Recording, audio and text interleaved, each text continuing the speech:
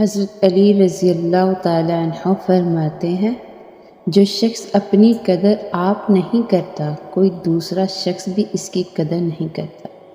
کسی دوسرے کے گرنے پر خوشی مت کیا کریں، کیا معلوم کل کو تیرے ساتھ کیا ہوگا۔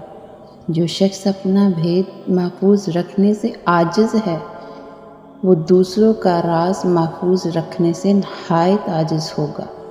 جو شخص نیک سلوک کرنے سے درست نہ ہو، وہ بد سلوکی سے درست ہو جاتا ہے۔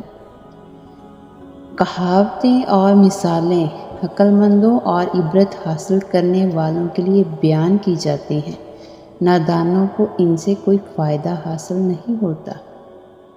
مصیبت میں گھبرانا کمال درجہ کی مصیبت ہے۔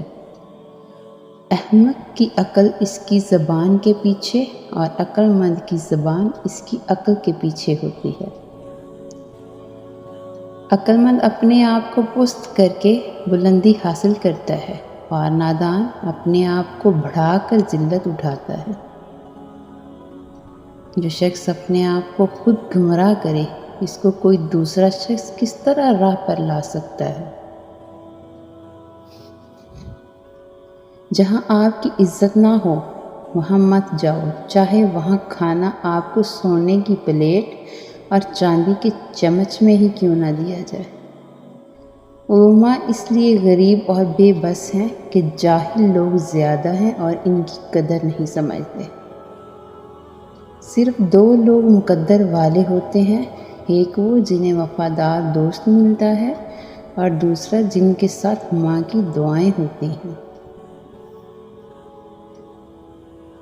دنیا والے ایسے سواروں کی مانند ہیں جو سو رہے ہیں اور سفر جاری ہے۔